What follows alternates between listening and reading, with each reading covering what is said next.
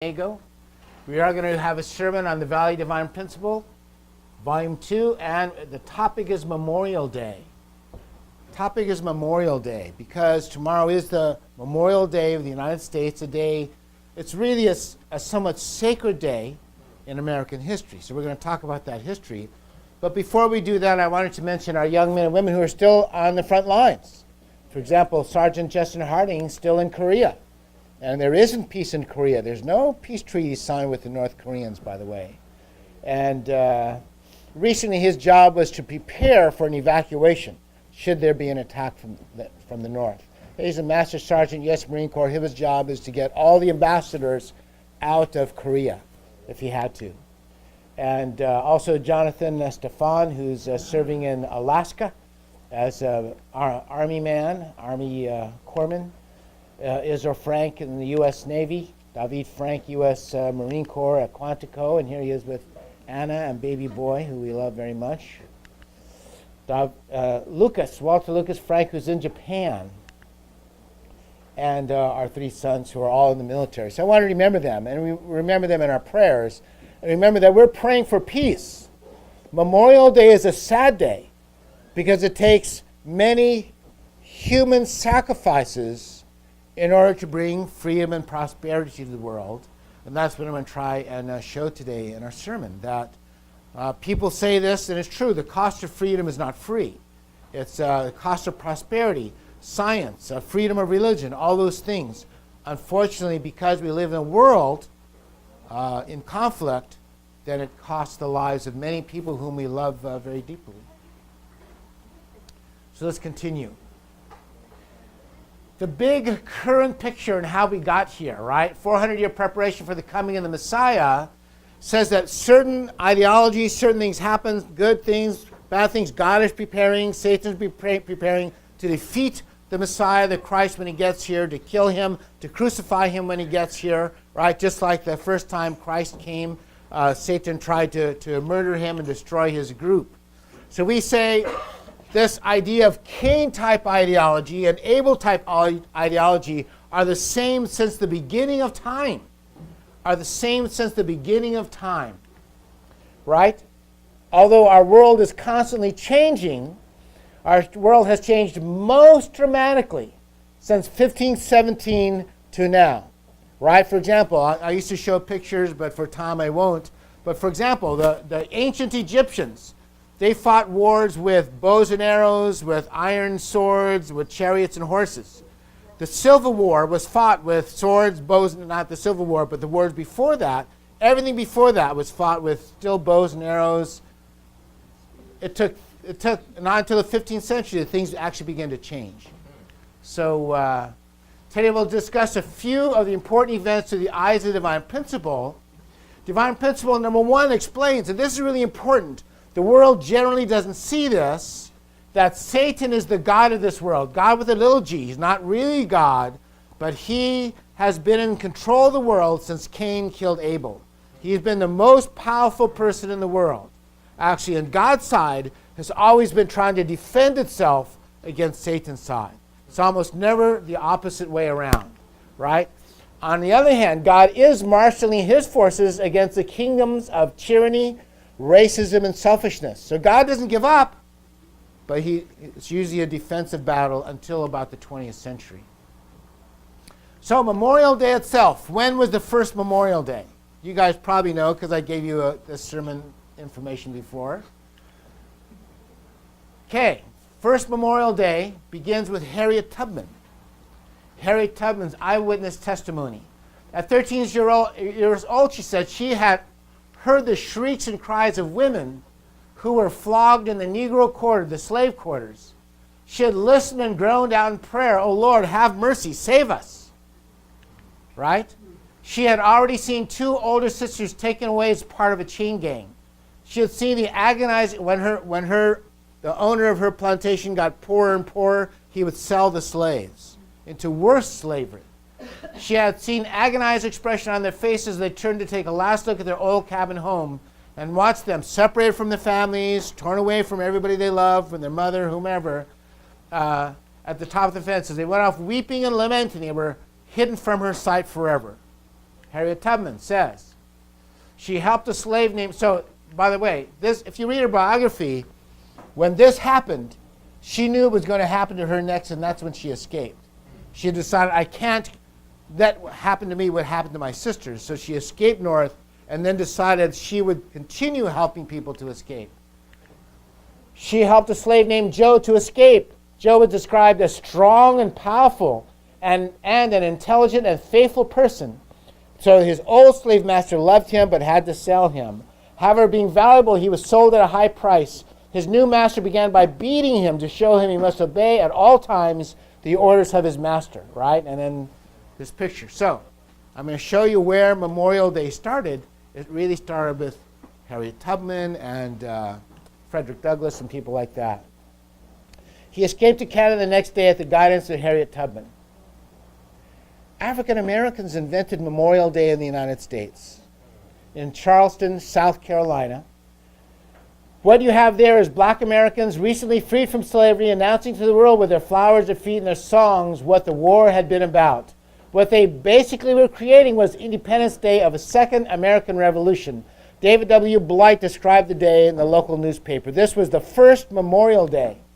The first widely publicized observance of a Memorial Day type observance after the Civil War was in Charleston, South Carolina on May 1st, 1865. During the war, Union soldiers who were prisoners of war had been held at the Charleston race course. At least 257 Union prisoners died there and were hastily buried in unmarked graves. Together with teachers and missionaries, black residents of Charleston organized a May Day ceremony in 1865, which was covered by the New York Tribune and other national papers. And there's a Charleston Daily News, May 2nd, 1865, the Martyrs of the Race Course. The ceremonies of the dedication of the ground where are buried 257 Union soldiers took place in the presence of an immense gathering yesterday. Fully 10,000 persons were present, mostly of the colored population. Why? Because the Emancipation Proclamation had been proclaimed and the 13th Amendment had been passed. And they understood it was because of these white soldiers giving their lives to defeat the tyranny of the Confederacy that they were able to receive freedom finally. That Harriet Tubman's prayers had been answered, that Frederick Douglass's articles and prayers had been answered, and that's what happens. The picture, right? Thousands. Who came? Who set a memorial for those 257 white soldiers? African American brothers and sisters, because they understood somebody had paid with their lives for their freedom, right? Remember I said, people think freedom's free, but it's not free. Somebody paid with their life for your freedom. Divine principle received as a revelation by Reverend Dr. Moon states that Cain did not operate alone, nor was this a simple murder. We believe Satan influenced Cain to attack and murder his brother Abel. The result was the violent murder of Abel. Satan works both internally as a spiritual being, and Satan works through human agents on earth to physically attack those persons who try to love and obey God. Right? That's what the Civil War was exactly about. It was one group of people on Satan's side and one group of people on God's side who wanted to love their neighbors. Right? So we say Lucifer's in spirit, God is spirit. Cain is in the flesh, Abel is in the flesh. They represent relative evil and or good. But it's only relative. Lucifer, Satan kills by temptations. Satan would like to kill you by simply getting you to commit a terrible crime, like adultery or fornication or whatever the crime is, right? He wants to tempt you to destroy yourself.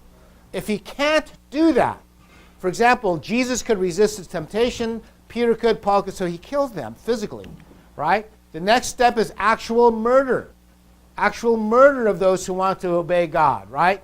Also, the other point is intimidation and fear. Don't fight me. Don't stand up against me or I'll kill you, right? And so Cain, who felt the same feelings as the agent Lucifer, killed his brother Abel by beating him to death with a club. Pretty bad, right? And after that, he could never come back. So we use the term, right? If you actually murder your brother, you beat him to death with a club, it's hard to come back, right?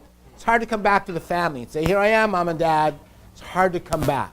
That's what Satan wants. Satan wants you to feel you can never come back. That's why Jesus offers forgiveness. That's why we have the holy wine forgiveness ceremony, so you could come home. That's why. Anyhow, how you have fallen from heaven, O morning star, son of the dawn. You have been cast down to the earth. You once laid low the nations. You said in your heart, I will ascend above the heavens. I will raise my throne above the stars of God. Who is that?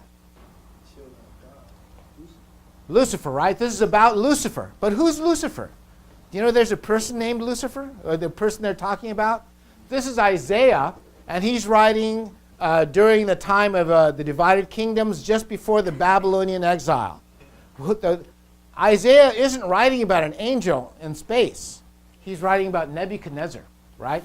Nebuchadnezzar, evil king of Babylon, who he sees is coming to kill everybody, right? A real person, a real tyrant. And this is the important point. Spirit world isn't only about beings in the spirit world. It's about agents on earth. So Lucifer, the agent of Satan on earth, is Nebuchadnezzar, also called Lucifer, right? What did he do? He destroyed the first temple, murdered and enslaved the Hebrew people, carried away their holy items and treasures of the temple, etc., right? But one of the things, they destroyed, burned, wrecked down the first temple, right? A crime against God and against Hebrews, and is a spiritual source of evil, and the physical image of evil on earth. So there's both. There's this evil in the spirit world, and there's some people who surrender to it and become evil on earth. Okay? So we say there's always a battle between good and evil on earth, and you can't escape it. From the Civil War, we say the Civil War is about Cain's side and Abel's side, Satan's side and God's side. In fact, Lincoln recognized that. He said the battle between good and evil. Lincoln used his second inaugural address to touch on the question of divine providence. Lincoln reiterates the cause of the war was slavery, and saying slaves constitute a peculiar and powerful interest. I knew that this interest was somehow the cause of the war, right? The words wringing their bread from the sweat of their other men's faces was an allusion to the fall of man in the book of Genesis. Lincoln quotes another Jesus sayings, woe unto the world because of offenses, for it must needs be that offenses come, but woe to that man by whom the offense comes. Lincoln suggests that the death and destruction wrought by the war was divine retribution to the United States for possessing slavery, saying that God may will that the war continue until every drop of blood drawn with a lash shall be paid by another drawn with a sword. That the war was the country's woe due, the quotation, the judgments of the Lord are true and righteous altogether, from Psalm 19:19, right? The will of God prevails. In great contests, each party claims, these are Lincoln's words, to act in accordance with the will of God. Both may be, but one must be wrong. God cannot be for and against the same thing at the same time. In the present Civil War, it is quite possible that God's purpose is somewhat different than the purpose of either party. And yet the human instrumentalities working just as they do are for the best adaptation of the effectiveness. So human instrumentalities, he means the North and the South. He means the church and the slave owners, right? So, how did it happen? The abolitionist movement was a direct result of the Protestant Reformation of Christianity. The development of Quakerism. So all these are American institutions who were against slavery and worked against slavery. The development of Methodism was an abolitionist movement. The development of Quakerism. Quakers were, when Harriet Tubman brought people up through the Underground Railroad, it was mostly through Quakers and Methodists. There was, for example, the Northern Baptist Church was abolitionist. There was a vote in the split of the Northern and Southern Baptist churches over slavery that still exists today. Southern Baptists, anyhow. And millions of others, including all the northern states and the new states such as California. California joined the Union as an anti-slave state. So we've never allowed slaves here, right? South Carolina led the way when its Charleston Convention, held just before Christmas in 1860, declared that the union heretofore existing between the state of South Carolina and the other states of North America is dissolved. Why? His question is why.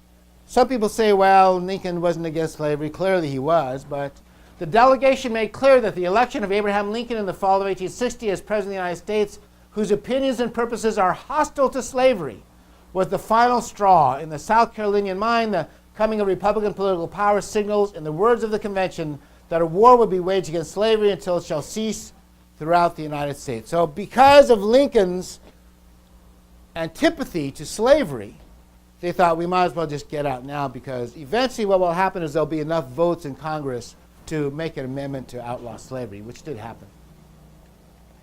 Approximately 620,000 soldiers died from combat, accidents, starvation, and disease during the Civil War. This number comes from an 1889 study of the war performed by William Fox and Thomas Leonard. So people, both of them fought in the war, by the way, anyhow. What's the result? Passed by Congress on January 31st, 1865, and ratified on December 6, 1865, the 13th Amendment abolished slavery in the United States. And that's what Memorial Day is really about, right? The end of slavery and the men who paid with their lives to end slavery forever, ideally in the United States of America. African Americans invented Memorial Day in Charleston, South Carolina. What you have there is black Americans recently freed from slavery announcing to the world with their flowers, their feet, and their songs that the war had been about.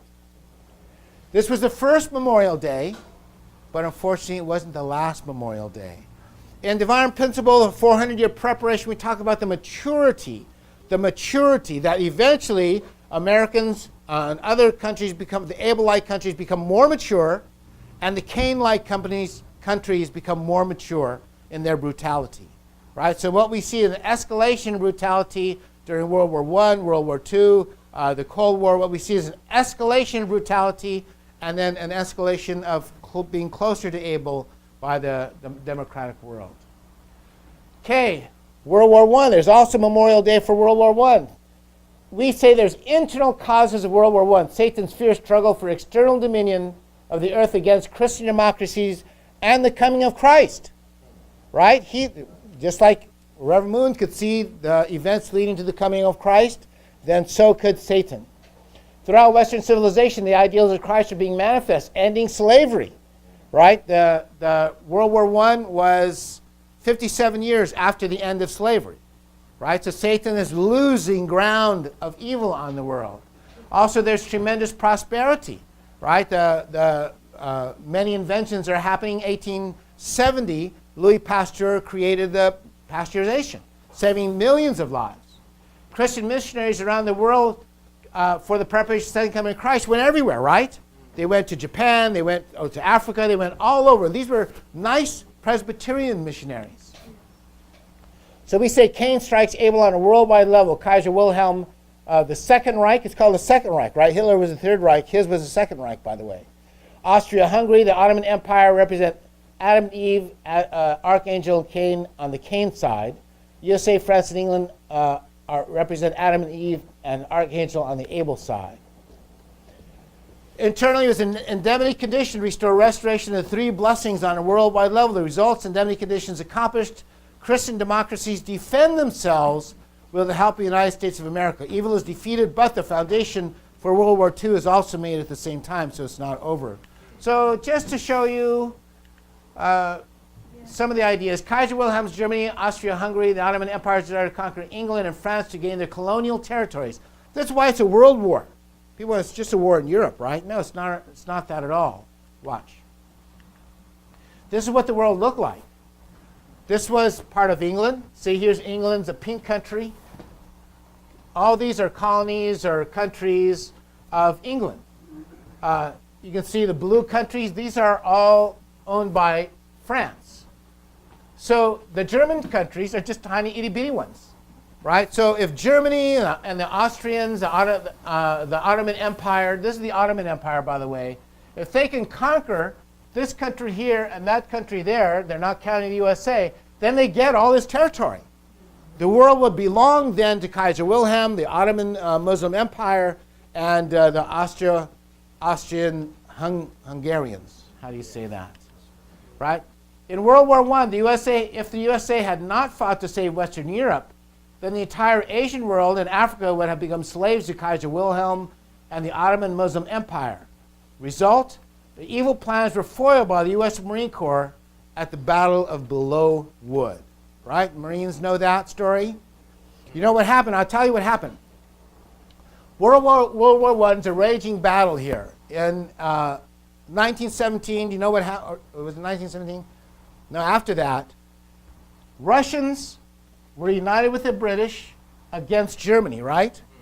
But after the Bolshevik Revolution, what did the Russian army do?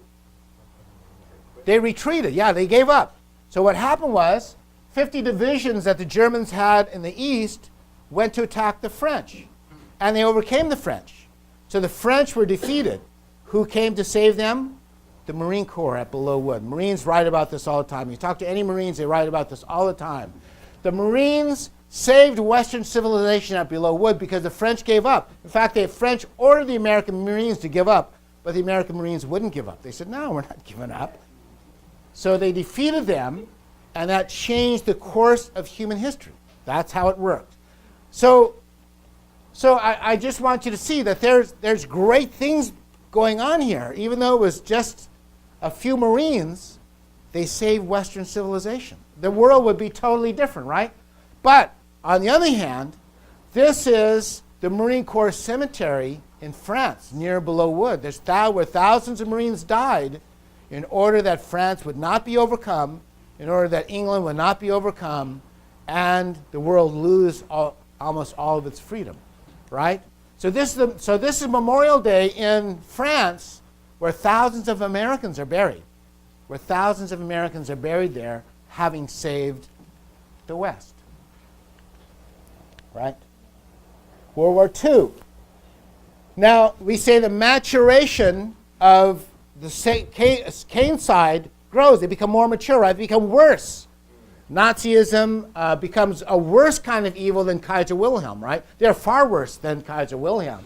So we say Satan develops totalitarianism to enslave people. Hitler, Tojo of Japan, Mussolini of Italy, Cain attacks Abel, Axis powers attack democracies first. Result, democracy overcomes totalitarianism to seek it on a growth stage level. Cain is unable to kill Abel. It's really important, by the way, that you get this message. You're not supposed to be killed by Cain. You can run away, you can escape, and the last effort is defend yourself, right? Led by the USA, Christian democracy after the war forgave enemies, just like Jacob and Esau forgave each other when he built those countries, right? America is now friends with who? Germany, England, France, Japan is one of our best friends ever. We love Japan. My kids living in Japan now. So it was also indemnity to free colonies throughout the world, peace and prosperity. Satan hates Hebraism and Christianity. That's why the Holocaust happened, but the result of the Holocaust was the nation of Israel in 1948.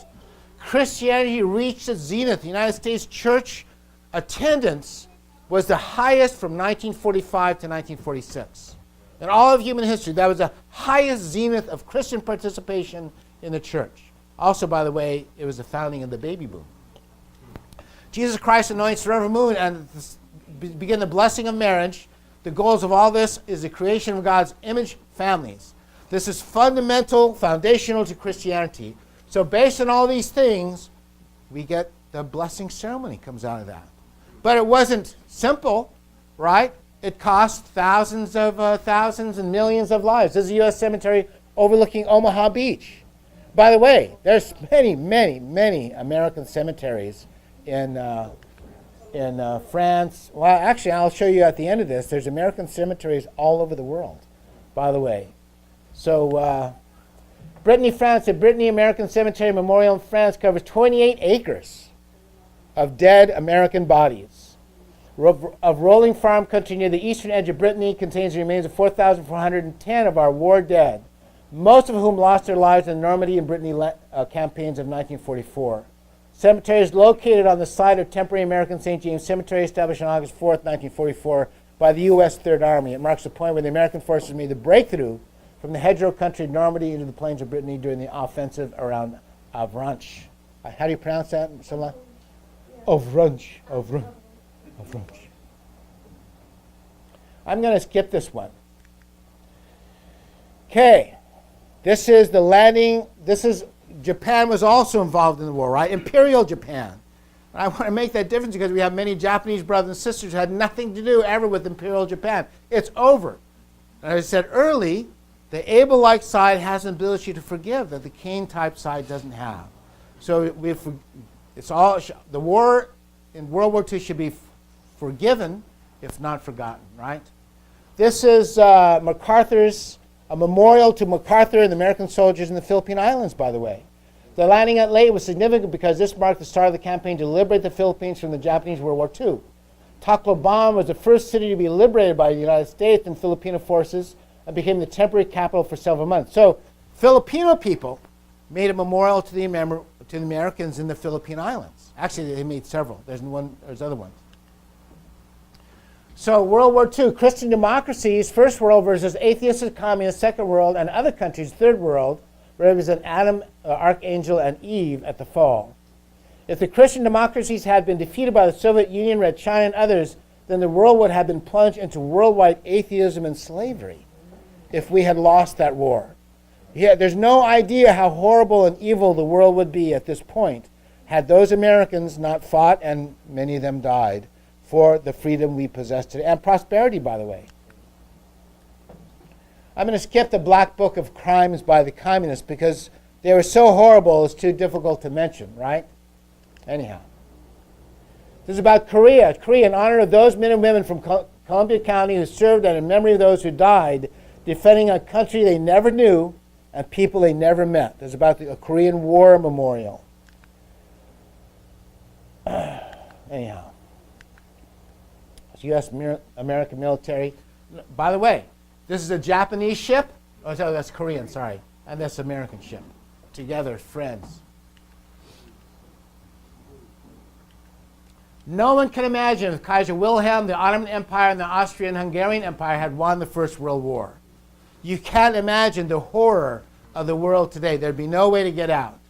No one can imagine the world would look like if the Axis powers of Nazi Germany, Imperial Japan, and Fascist Italy had defeated the West in World War II. You can't imagine. It would be too horrible to possibly imagine, right? No one can imagine the horror of the world if the Marxist Soviet Union, Mao Zedong, or Kim Il-sung had won the Cold War, right? We could not be here today. We wouldn't be here today. It would be hell. All those had anti-Christian ideologies. So one point I'd like to make, nobody is more grateful to American military than Reverend Sun Myung Moon. In April 1948, Reverend Moon was arrested a second time and sentenced to 5 years of hard labor in Hungnam prison. He was among the first of the Christian ministers sent to the Soviet-style North Korean Gulag. By the way, they sent hundreds, if not thousands, of Korean ministers to the Gulag. Hungnam was an extermination camp where prisoners were deliberately worked to death. Few lasted more than 6 months, yet in that horrific concentration camp, Reverend Moon survived for nearly 3 years. Although he did not speak a word of the divine principle, many of his fellow prisoners looked to him for spiritual strength and became his disciples, right? We all saw the picture. The amazing thing is this. How did Reverend Moon escape from Hungnam? Right? We all know, right? June 25th, 1950, United Nations American forces under General Douglas MacArthur rescued the beleaguered South. 1 month after the capture, Seoul UN forces reached the gates of where? Hungnam, right? Prison. Knowing the UN forces were near, the communist prison authorities began to execute the prisoners. Prison camp was liberated by UN forces just hours before Reverend Moon's scheduled execution, right? You know what this is? This is an American cruiser bombing Hungnam Harbor, right? U.S. Navy high-speed transport USS Begor observes the destruction of Hungnam's harbor facilities December 24th, 1950, right? That's Hungnam being blown up. Reverend Moon says at that point, all the guards wanted to escape, and Reverend Moon escaped under that bombardment. Wow. It's pretty amazing, right? You can see it. We say that that's divine principle, that's Father's biography, and the U.S. Navy agrees. Yeah, we did that. We blew up Hungnam, right? So they entered Hungnam on the morning 25th of December.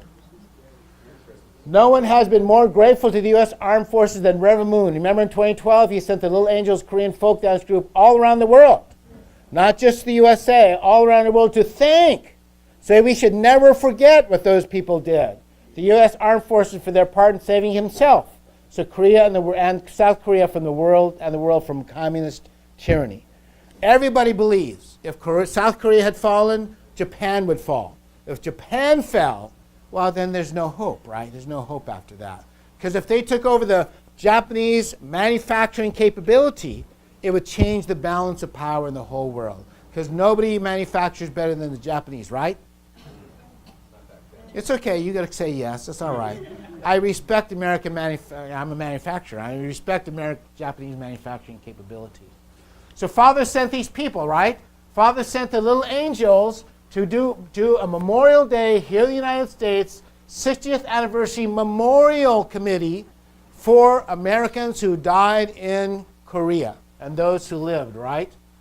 This is the memory of the fallen, Ministry of Patriots Veterans Affairs Group in Korea. There's John Kenny, veteran of American military. And this is Reverend Colonel Pak, Pastor Frank, and Reverend June. Right? And we took this picture at the Chosin Reservoir Memorial. And there they are in San Diego. Here's our group. Here's, who's this lady again? What's her name? Sidel Enyart, that's right, and Robert, and all our brothers and sisters there. But anyway, they had a great program here in San Diego. They had a great program. And look, this was all over the world, right? This wasn't San Diego, but all over the world.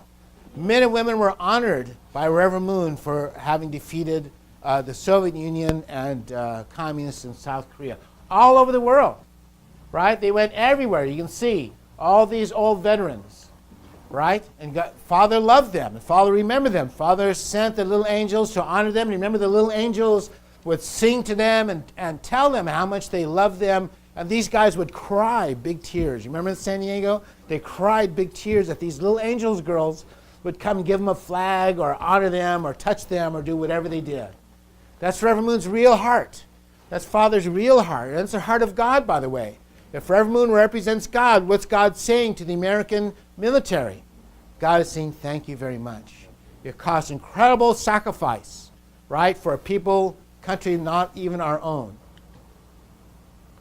Broadcast journalist Tom Brokaw wrote in his 1998 book, The Greatest Generation, is, I believe, the greatest generation any society has ever produced. Not because they were great warriors.